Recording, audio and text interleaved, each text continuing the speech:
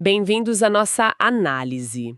Hoje a gente vai mergulhar num momento que é assim pura articulação de poder, legado e até psicologia de massas. A gente está falando dos últimos atos do rei Davi, como está lá no capítulo 29 do primeiro livro de Crônicas. É basicamente a cena final de um reinado lendário, sabe? Com toda a preparação para um projeto que definiria uma nação inteira. E olha, as fontes que a gente está usando são de uma bíblia de estudo, que é ótimo. Ajuda bastante, né? Sim, porque não é só o texto puro, a gente tem as notas, o contexto, dá para ler melhor nas entrelinhas. E a nossa missão aqui é desvendar como um líder, já no fim da carreira, consegue gerir uma transição de poder tão delicada. E não só isso. Como ele inspira uma generosidade quase inacreditável e ainda reflete sobre o próprio lugar na história. E o que é fascinante é que, lendo com atenção, este capítulo funciona quase como um manual de liderança e de sucessão. Não é só sobre o que foi feito, mas a estratégia por trás de cada gesto, de cada palavra. A gente vai analisar a mentalidade que mobilizou uma fortuna e garantiu uma transição de poder pacífica, o que era raríssimo naquela época. Certo, então vamos começar pelo princípio. O palco está montado.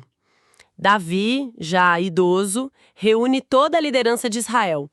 Mas em vez de fazer um discurso sobre as próprias conquistas, ele aponta direto para o futuro. E, curiosamente, para a fraqueza do sucessor dele. Ele diz algo tipo: Salomão, meu filho, que Deus escolheu, ainda é jovem e inexperiente, e esta obra é gigantesca. Qual é a jogada aqui? Parece, assim, meio contraintuitivo expor a vulnerabilidade do próximo rei, né? Exato, mas é uma jogada de mestre. É pura inteligência emocional e liderança. Davi não está diminuindo Salomão. De jeito nenhum. Ele está, na verdade, criando um vácuo que a nação precisa preencher. Ao dizer a obra é grande e ele é jovem, ele está, no fundo, falando para todos os líderes ali presentes. Ele vai precisar de vocês. Este projeto não é só dele, é nosso. Ele transforma a inexperiência do Salomão numa causa comum, sabe? Ah, entendi. Em vez de esconder uma fraqueza, ele usa ela para forjar unidade e responsabilidade coletiva. Entendi. É uma forma de dizer o sucesso dele depende do apoio de vocês, o que automaticamente torna todo mundo um investidor no novo reinado. E antes mesmo de pedir esse apoio, ele mostra o próprio comprometimento. Ele não só comanda, ele lidera pelo exemplo. Totalmente. Ele abre a própria carteira primeiro. E de que maneira? Ele não diz só eu doei ouro e prata. Ele é específico, quase um auditor. Ele lista 3.000 talentos de ouro, do ouro de Ofir, e 7.000 talentos de prata purificada. Esse detalhe sobre o ouro de Ofir, isso é importante, né? É crucial. No mundo antigo, Ofir era sinônimo do ouro mais puro e valioso que existia. Era tipo o selo de qualidade máxima. Ao dizer isso, Davi está comunicando: eu não estou dando as sobras do tesouro real. Estou dando o melhor do meu patrimônio pessoal. Ele estabelece um padrão altíssimo de sacrifício e qualidade desde o início. E depois de colocar o próprio tesouro na mesa, ele lança o convite. E a forma como ele faz isso é muito interessante. Ele não decreta um imposto, né? Ele faz uma pergunta. Exato. Ele pergunta: quem, pois, está disposto hoje a ofertar com generosidade para o Senhor? É um apelo à vontade, não à obrigação. E a resposta é: Uma explosão. Os chefes das famílias, os príncipes, os comandantes do exército, todo mundo abre os cofres. Os números que o texto apresenta são difíceis até de visualizar. 5.000 talentos e 10.000 dracmas de ouro. 10.000 talentos de prata. É muita coisa. Ok, vamos tentar traduzir esses números para a nossa realidade. O que significa 5.000 talentos de ouro? É aqui que a escala fica absurda. Um talento era uma unidade de peso, tipo uns 34 quilos. Então 5.000 talentos de ouro seriam algo em torno de 170 toneladas. 170 toneladas? Exatamente. Para se ter uma ideia, estamos falando de uma quantia que hoje seria suficiente para financiar múltiplos lançamentos de foguetes da SpaceX. É uma riqueza a nível de nação, não de indivíduos. É o tipo de capital que funda dinastias. E aqui está sendo doado voluntariamente, num único dia. É uma quantia que faz o orçamento de um filme de Hollywood parecer troco. É difícil até de imaginar. E as notas de estudo que a gente tem apontam para uma palavra hebraica específica para descrever o espírito dessas doações, certo? Sim, a palavra é hatzah, e ela não significa só doar. A tradução mais próxima seria doar com prazer, com deleite, sabe? Com boa vontade. Isso é fundamental para entender o que está acontecendo. Não foi uma coleta forçada. O texto até reforça isso, né? Reforça, diz que o povo se alegrou com o que se fez voluntariamente. A emoção do momento, a alegria coletiva, se torna parte da fundação do templo tanto quanto o ouro. A liderança de Davi não gerou só obediência, gerou entusiasmo. É uma reação em cadeia impressionante. Qualquer outra pessoa estaria nadando no ouro, tipo tio Patinhas. Mas a reação do Davi vai na direção completamente oposta, né? Ele olha para toda aquela riqueza e, em vez de orgulho, a primeira coisa que ele faz é uma oração que vira tudo de cabeça para baixo. Vira completamente. A oração de Davi, que ocupa uma boa parte do capítulo, é o centro de gravidade teológico de tudo o que acontece. Depois de louvar a grandeza de Deus, ele chega ao ponto nevrálgico. A frase que redefine tudo. Tudo vem de ti e nós só damos o que vem das tuas mãos. E aqui está o ponto central. O que realmente muda o jogo. Essa ideia de administração. Davi está basicamente dizendo, ninguém aqui é dono de nada. Somos todos gerentes temporários. Exato. Mas isso não corre o risco de soar como falsa modéstia? No meio de tanta riqueza, dizer isso não é nosso pode parecer um pouco insincero para um cínico. Poderia, mas a genuinidade vem do que ele diz logo a seguir. Ele não para na frase de efeito, ele aprofunda a ideia ao lembrar a todos da própria mortalidade, de uma forma quase brutalmente honesta. Como assim? Ele diz, porque somos estrangeiros diante de ti e peregrinos. Os nossos dias sobre a terra são como a sombra, e não temos permanência. Ele está olhando para uma fortuna que vai construir um dos edifícios mais famosos da história, e a principal reflexão dele é, nós vamos morrer. Somos temporários. Uau! Essa consciência da finitude dá um peso e uma sinceridade enormes à declaração de que eles são apenas administradores. Peraí, que contraste brutal. Num momento de celebração máxima de unidade nacional, ele introduz a ideia da morte. Por que ele faria isso? Não é tipo matar o clima da festa? Pelo contrário, é o que dá significado a tudo. Ao justapor a permanência do projeto com a brevidade da vida humana, ele responde à pergunta, para que serve tudo isto? O legado não está na acumulação, mas na aplicação para algo que os transcende.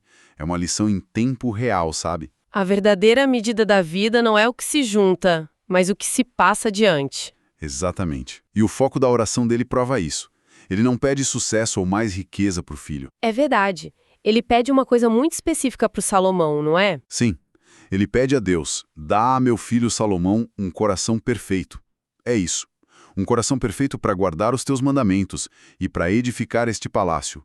O pedido principal é por caráter, por integridade moral. Um coração perfeito. Isso. Para Davi, o ouro e a pedra são inúteis se o coração do próximo líder não estiver no lugar certo. O legado que ele quer deixar não é o templo em si, mas uma liderança baseada em princípios. A estrutura física sem a fidelidade espiritual seria uma concha vazia. Exatamente. E isso nos leva ao passo final de qualquer grande líder, a sucessão.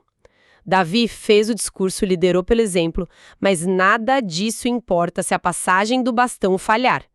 E aqui, a execução é quase uma coreografia política. Totalmente. A transição é pública, formal, cheia de simbolismo.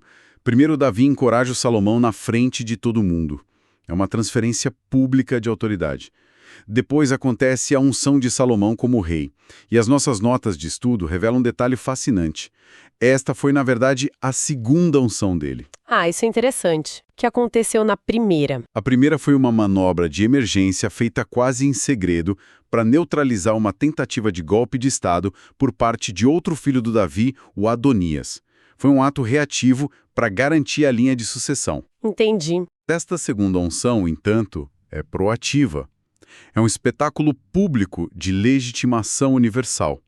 É o Davi garantindo que não reste nenhuma dúvida em lugar nenhum do reino sobre quem é o sucessor. E o texto faz questão de sublinhar que a estratégia funcionou. diz que todos os príncipes e os grandes e até todos os filhos do rei Davi se submeteram ao rei Salomão.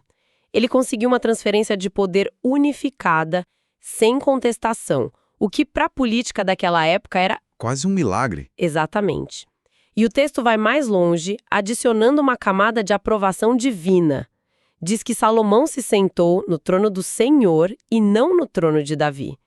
Isso é uma afirmação teológica poderosa. A autoridade não vem só do sangue, mas de Deus. Isso, e termina com um superlativo. E deu-lhe majestade real, qual antes dele não teve nenhum rei em Israel.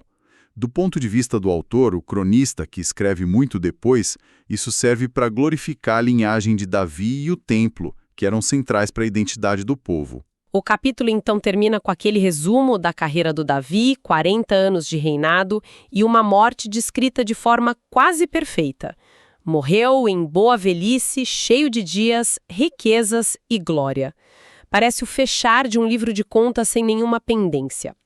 Mas tem um último detalhe no texto que é quase uma piscadela de olho para quem gosta de história. Sim, é um dos meus detalhes favoritos. O autor do livro de Crônicas, no meio da narrativa, cita suas fontes. É como encontrar uma bibliografia antiga dentro do próprio texto. Ele diz que os atos do rei Davi estão escritos nas crônicas de Samuel, o vidente, de Natã, o profeta, e de Gade, o vidente. O que isso nos diz? Por que ele faria questão de mencionar isso? Nos diz duas coisas. Primeiro, que o autor quer que a gente saiba que a história dele não é ficção.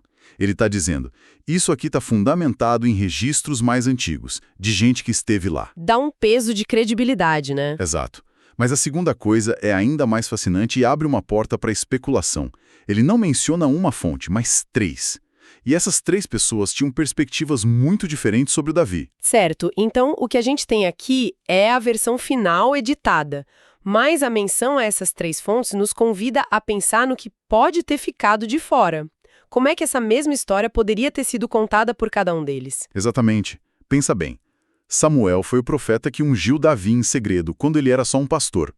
A perspectiva dele seria a do começo, da promessa, talvez uma visão mais idealizada. Mas e o Natã? Natã era o profeta da corte. Ele foi o homem que teve a coragem de confrontar Davi no auge do poder sobre o adultério e o assassinato dele. Ele conhecia o Davi sombrio, o político calculista, o homem infalível. O relato do Natã talvez incluísse uma nota de ceticismo, ou uma ironia sobre essa transição perfeita, sabendo das outras transições sangrentas na família do Davi. Poderia perfeitamente. Talvez o relato de Natã mencionasse o custo humano da ascensão do Salomão, as intrigas de bastidores que o cronista, com a agenda dele de glorificação, preferiu omitir. E o Gade? E depois temos o Gade, o vidente de Davi, que o aconselhava em tempos de guerra e crise. A crônica dele talvez fosse mais pragmática, focado na estabilidade estratégica que a sucessão do Salomão garantia para o reino. Analisando a geopolítica da decisão. Isso. Então, o texto que a gente lê hoje é a versão oficial, polida, a história de Encantar. Mas a história real, mais complexa e talvez mais humana, está nas entrelinhas e nos textos que se perderam. Precisamente. O cronista nos deu a versão da história que a geração dele precisava ouvir. Uma história de unidade, propósito divino e glória. Mas ao nomear as fontes, ele deixa uma pista de que a realidade foi, como sempre, muito mais multifacetada. Uau! Que análise! Começamos com um manual de liderança e terminamos com uma reflexão sobre como a própria história é construída. Vimos um líder usando a vulnerabilidade para criar unidade, liderando pelo exemplo e redefinindo a riqueza como administração temporária. A ideia central que fica é essa, a de administração. Seja riqueza, poder ou um grande projeto, o texto argumenta que tudo é recebido de uma fonte maior. E a nossa responsabilidade é geri-lo bem por um tempo, com o objetivo de passar para a próxima geração de forma construtiva. O final da vida de Davi, neste capítulo, é o retrato de um administrador que entrega o posto com as contas em dia e o futuro bem encaminhado. E isso nos deixa com um pensamento para reflexão. A história que lemos em Crônicas é a versão que sobreviveu, a que se tornou canônica. Ela enfatiza a glória, a unidade, a aprovação divina. Mas como a gente acabou de discutir, outras versões, talvez mais críticas ou complexas, existiram. Isso nos leva a uma pergunta mais ampla. Que versões oficiais das histórias do nosso próprio tempo a gente está aceitando sem questionar? Que relatos de Natan ou de Gad, com suas perspectivas inconvenientes, estão sendo silenciados ou perdidos hoje, em favor de uma narrativa mais simples e agradável? Pensar nisso muda a forma como a gente consome qualquer história, seja antiga ou moderna.